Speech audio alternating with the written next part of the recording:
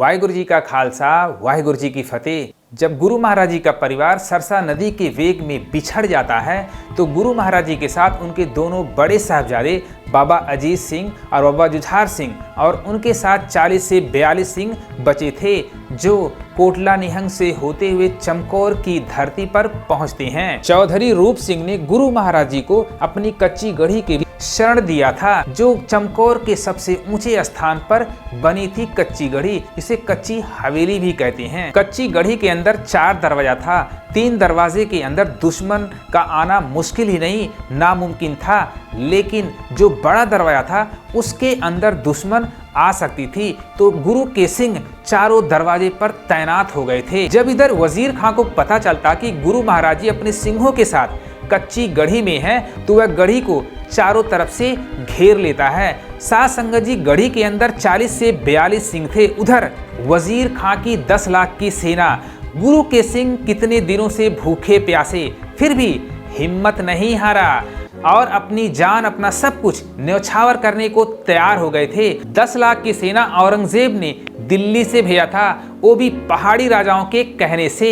वजीर खां डर गया था कि अगर इस बार हार गए तो हमारी हर जगह बदनामी होगी, इसलिए उसने 10 लाख सेना के साथ चमकौर की कच्ची गढ़ी में चारों तरफ से घेर लिया था। 7 पो की रात का समय वजीर खां की फौज किले के चारों तरफ घेर करके वजीर खां का जयकार कर रही थी। इधर गुरु के खालसे भी चुप होकर बैठने वालों में से नहीं थे। 1.25 लाख से 1 लड़ाऊं तभी गोविंद सिंह नाम कहाऊं। गुरु गोविंद सिंह के खालसों ने ऐसी जयकार भरी कि मुगल सेना के पैरों के नीचे से जमीन खिसक गया और उनको लगा ये तो 40 से 42 सिंह हैं, लेकिन इनकी जयकार से ऐसे लगता है कि हजारों की तादाद में है। मुगल सेना पूरी डर गई थी गुरु के खालसों के जयकार से। जब रात में गुरु के सिंह सो जाते हैं तो गुरु पिता उनके पास आते हैं, उनके घाव में लेप लगाते हैं, उनके शरीर को चादरों से ढकते हैं, बच्चों की तरह प्यार करते हैं। गुरु महाराज जी अंतर्यामी, उनको पता है कि कल ये शहादत का जाम पिएंगे। 8 पो का सुबह होता है। वजीर खां की सेना की तरफ से ऐलान होता है, अगर कोई सिंह गढ़ी से बाहर आना चाहता है, वह अपने आप को आत्मसमर्पण या सरेंडर करना चाहता है तो वह कर सकता है, हम उसकी जान को बख्श देंगे। वजीर खां को लगा कि 10 लाख की सेना देख करके 40 से 42 सिंह डर जाएंगे और अपने आप को सरेंडर कर देंगे, पर वजीर खां को ये नहीं पता था कि ये गुरु के खालसे हैं, गुरु के सिंह हैं। उनको शहादत का जाम पीना मंजूर था, पर दुश्मन के सामने घुटने टेकना मंजूर कभी नहीं था। कुछ देर के बाद मुगल सेना की तरफ से फिर ऐलान होता है कि अगर कोई सिंह गढ़ी से बाहर आना चाहता है तो आ सकता है, अपने आप को सरेंडर करना चाहता है तो आ सकता है, हम उसकी जान बख्श देंगे। जवाब में गुरु के सिंहों ने तीरों की वर्षा की, जिसको देख करके मुगल सेना के होश उड़ गए। 40 से 42 सिंह हैं, 10 लाख की फौज देख करके भी नहीं डर रहे हैं। इन सिंहों के पास कितना हिम्मत, कितना जोश है। कच्ची गढ़ी के सबसे बड़े दरवाजे पर 2 सिंह को तैनात किया गया था, भाई मदन सिंह, भाई काल सिंह, और चारों कोनों पर 8-8 सिंह को तैनात किया गया था। गढ़ी के सबसे ऊपर यानी कि चौबारे पर गुरु पिता गुरु गोविंद सिंह महाराज जी और उनके दोनों बड़े साहबजादे बाबा अजीत सिंह और बाबा जुझार सिंह और उनके साथ 2 सिंह भाई संगत सिंह और भाई संत सिंह तैनात थे। भाई संत सिंह, भाई संगत सिंह वही गुरसिख थे जो चमकौर की लड़ाई में सबसे अंतिम शहीद होने वाले गुरसिख थे। जब दोनों बड़े साहबजादे बाबा अजीत सिंह, बाबा जुझार सिंह चमकौर की लड़ाई में शहीद हो जाते हैं तो गुरु पिता के साथ 5 गुरु के सिंह बचते हैं। उनमें से 2 सिंह भाई संत सिंह, भाई संगत सिंह थे और 3 सिख भाई दया सिंह, भाई मान सिंह, भाई धर्म सिंह, जो गुरु पिता के पीछे रात में ही कच्ची गढ़ी से चले जाते हैं। और 2 सिंह बचते हैं, भाई संत सिंह, भाई संगत सिंह, जिनकी शहादत 9 पो को हुई थी। मुगल सेना कच्ची गढ़ी पर हमला कर देती है। मुगल सेना के जर्नैल ख्वाजा महमूद और नाहर खान वर्गे सीढ़ी लगाकर गढ़ी पर चढ़ना चाहते हैं। गुरु गोविंद सिंह महाराज जी के एक-एक तीर से दोनों मारे जाते हैं। मुगल सेना का बहुत ज्यादा नुकसान हो रहा था। उनके बहुत सारे सिपाही गुरु के सिंहों के हाथों मारे जाते हैं। कच्ची गढ़ी ऊंची स्थान पर था, पर गुरु महाराज जी का इतना नुकसान नहीं हो रहा था जितना मुगल सेना का हो रहा था। वजीर खां अपने नुकसान से बचने के लिए युद्ध की रणनीति चेंज कर दिया। उसने अपने सिपाहियों को ऑर्डर दिया कि गढ़ी का दरवाजा छोड़ करके कुछ दूरी पर खड़े हो जाओ। अब सिंहों के सामने दो ही विकल्प था, या तो गढ़ी से बाहर जाकर के मुगलों का मुकाबला करें या तो कच्ची हवेली में भूखे प्यासे रहें। फिर गुरु महाराज जी ने सिंहों को कच्ची गढ़ी से बाहर निकलकर मुगल सेना से जंग करने का हुक्म दिया। फिर गुरु महाराज जी 5-5 सिंहों का जत्था बनाकर जंग में भेजना शुरू किए। गढ़ी का दरवाजा खुलता था, 5-5 सिंह कच्ची हवेली से बाहर जाते थे और दुश्मनों का जमकर मुकाबला करते थे और उनके हजारों फौजों को मार गिराते थे और अंत में शहादत का जाम पीते थे। पहला जत्था गया, दूसरा जत्था गया, तीसरा जत्था गया और चौथा जत्था गया और अंत में सब शहीद हो गए। ये सब गुरु पिता गुरु गोविंद सिंह महाराज जी गढ़ी से ऊपर खड़े होकर के देखते थे। गुरु गोविंद सिंह महाराज जी के सबसे बड़े साहबजादे बाबा अजीत सिंह भी जंग में जाने का फैसला किए। जो गढ़ी के अंदर सिंह थे, जैसे भाई दया सिंह, भाई धर्म सिंह, वो बाबा अजीत सिंह को जंग में भेजना नहीं चाहते थे और सारे सिंह इकट्ठा होकर के गुरु महाराज जी के पास जाते हैं और उनसे विनती करते हैं, गुरु पिता बाबा अजीत सिंह जंग में जाने की जिद कर रहे हैं। सिख पंथ को आपकी और आपके बच्चों की सख्त ज़रूरत है। आप अपने बच्चों के साथ यहाँ से चले जाइए, हम जंग की लड़ाई खुद लड़ लेंगे।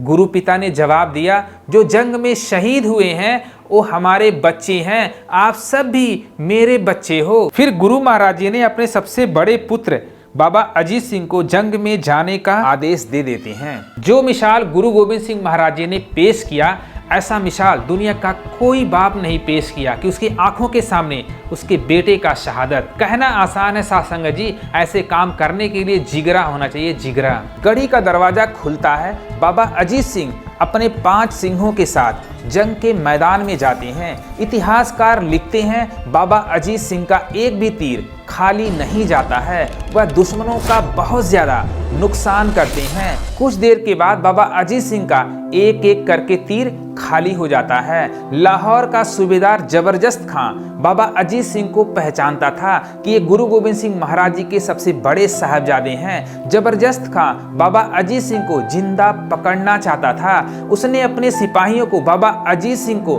घेरने के लिए बोला।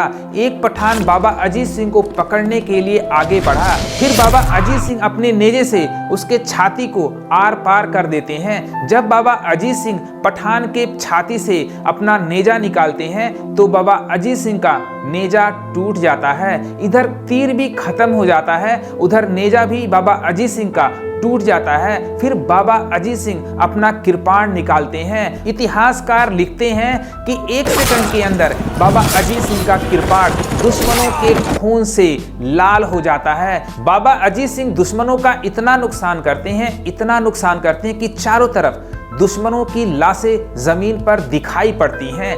एक तीर बाबा अजीत सिंह के घोड़े को लग जाता है, उनका घोड़ा जख्मी हो जाता है और बाबा अजीत सिंह जमीन पर खड़े हो जाते हैं। दुश्मन उनको चारों तरफ से घेर लेती है। लड़ते लड़ते बाबा अजीत सिंह का शरीर जख्मी हो जाता है, फिर भी उनकी तलवार चलाने की गति कम नहीं होती है। वह जिधर भी जाते दुश्मन पीछे हट जाते थे। यह सब मंजर गुरु गोविंद सिंह महाराज जी कच्ची गढ़ी से ऊपर देख रहे हैं। एक पठान पीछे से वार करता है और अपना नेजा बाबा अजीत सिंह के सीने में आर पार कर देता है। बाबा अजीत सिंह जमीन पर गिर जाते हैं। इतिहासकार लिखते हैं कि जिस समय बाबा अजीत सिंह की शहादत हुई थी, उनके शरीर में 300 से ज़्यादा घाव निशान पाए गए थे। अब बाबा अजीत सिंह का शरीर शांत हो जाता है। उनकी शहादत देख करके दशमेश पिता एक जयकारा छोड़ते हैं। जब बाबा अजीत सिंह की तरफ से कोई जवाब नहीं आता है तो दशमेश पिता गुरु गोविंद सिंह महाराज जी समझ जाते हैं कि बाबा अजीत सिंह शहीद हो चुके हैं। अपने बड़े वीर की शहादत दे करके छोटे साहबजादे बाबा जुझार सिंह जंग में जाने के लिए गुरु पिता से आज्ञा लेते हैं। उस समय उनकी एज मात्र 14 वर्ष की थी और दशमेश पिता गुरु गोविंद सिंह महाराज जी अपने छोटे साहबजादे बाबा जुझार सिंह को जंग में जाने के लिए आज्ञा दे देती हैं। गुरु गोविंद सिंह महाराज जी ने साबित कर दिए कि माता गुजरी का लाल सिक्खी के लिए केवल दूसरे के बच्चों का सिर नहीं कटवाया, जरूरत पड़ी तो अपने भी बच्चों का सिर कटवा दिया। गढ़ी का दरवाजा खुलता है, बाबा जुझार सिंह